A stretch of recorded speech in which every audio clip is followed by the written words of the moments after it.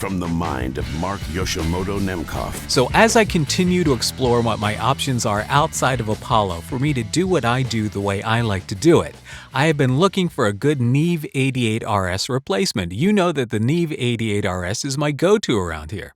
And I think I found it with the Plug-in Alliance BX Console N.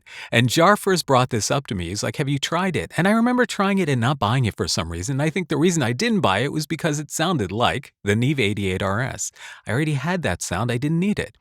But now that I'm looking for a native replacement for these DSP saddled UA plugins, I think that this Brainworx Console N may be the answer. Now here, I want to compare these real quick. So what you're listening to is the Brainworx console. And now this is the Neve 88rs. And right away, you'll hear that there is a great similarity between the two. All right, Brainworx console again. Now, the Brainworx console is not modeled after the Neve 88rs. It's actually primarily modeled after the VXS. And the VXS was...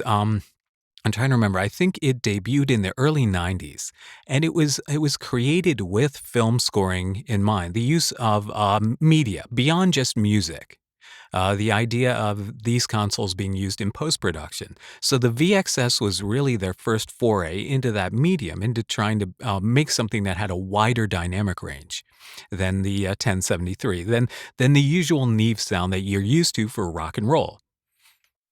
And here is the Neve 88rs, which is modeled, this console came, I think, a decade later and primarily towards broadcast and recording like orchestral stuff.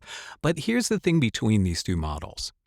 What I hear is that there is kind of I don't want to say there's like a veiling. I keep hearing like a veiling of tonalities within these UAD plugins, and especially it's right down here in the low mids.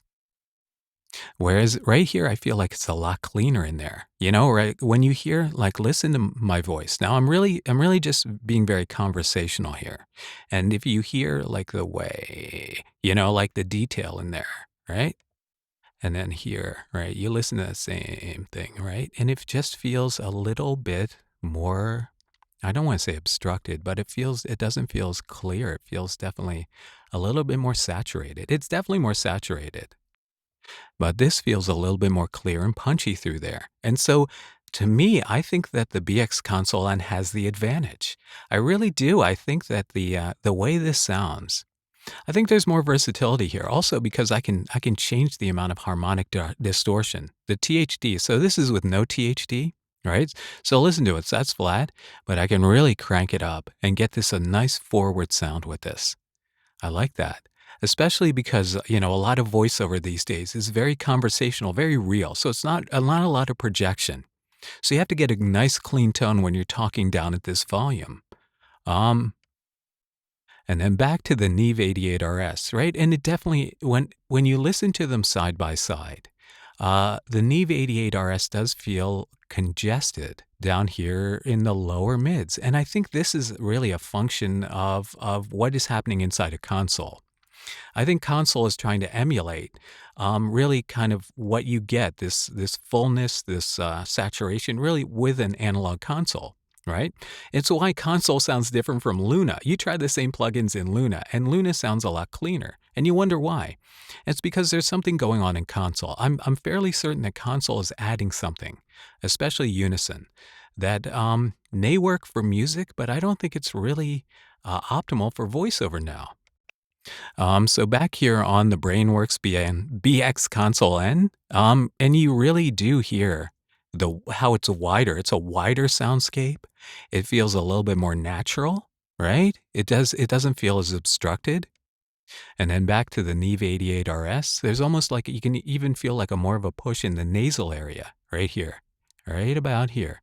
All right, right about here, right about here. Now listen to how much more smoother this is right in here than the Neve right in here. Yeah, you feel that congestion right there? That's where it is. So I haven't located what frequencies those are, but I think that a lot of this is happening as I've been testing more and more plugins outside of Apollo. I'm really finding that there is a less veiled sound when you're going native. And I'd never really noticed that before. So yeah, listen to that. Listen to how much more natural that sounds. So I do think that the BX Console N is going to be my go-to. I really like this a lot. And I like the way how it sits right there on the per point in my voice, per point. And listen to that. Right there on my resonance. That's what I always liked about this sound.